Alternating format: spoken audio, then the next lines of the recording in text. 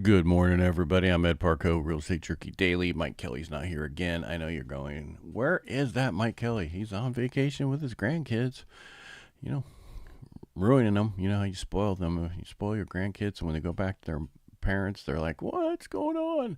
What'd you do to my grandkids? Or my kids, not grandkids. Anyway, let's get on with the news today. We've had a few little things come up. Let's get right to it. Oil is down below $70 a barrel. That is huge. That is going in the right way. I feel a change in the air. I can hear it, feel it.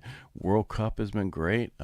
Foreigners are telling us how amazing the United States is, and we already knew this, even though the media tells us other things. And we'll just move on from there. All right, what came out today? New home sales, which measures signed contracts on new homes, fell 7.3% in May to a seasonally adjusted annualized rate of 580,000, which is the lowest level since January and was well below the expectations of 640,000.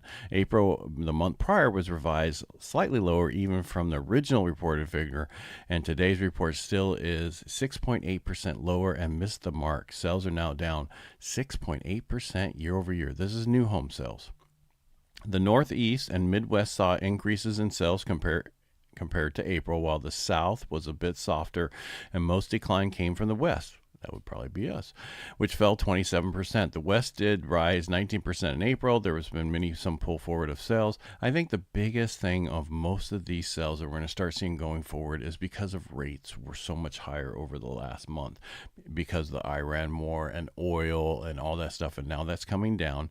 Rates haven't dropped drastically yet. The 10-year still sitting at, let's see, rates are better by 34 basis points this morning, and the 10-year sitting at 4.4070. Now, remember, prior to the war, we were close to 3 something, almost 4.0 whatever. It was on its way down to back to where we were a year ago, even though rates are so much better today than they were a year ago. You should figure that one out. All right, so they looked at the Mortgage Bankers Association released their mortgage application data for last week, showing that rates were relatively unchanged, around 6.6%. They remained at 29 basis points below levels seen at this time last year, so that's what I was telling you, rates are still better. Purchases were pretty flat for the week and up 3% year over year, while refinances rose 3% last week and still up 17% year over year.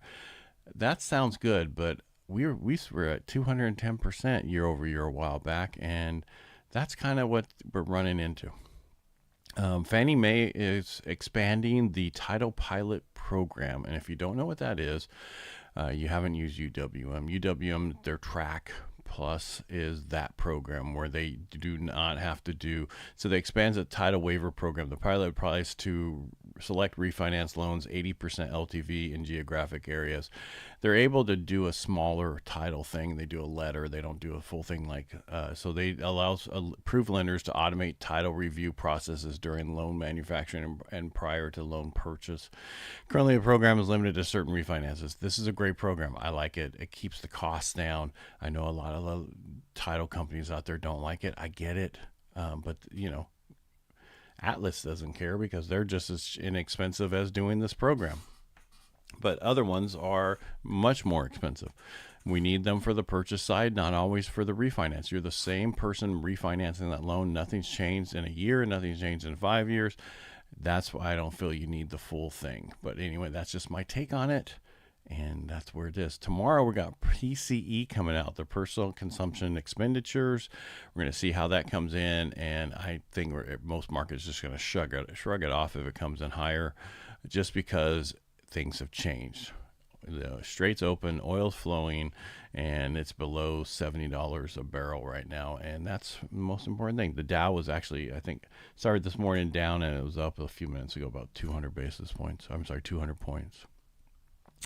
And that's pretty much it. Did I do single family homes? Yes, I did.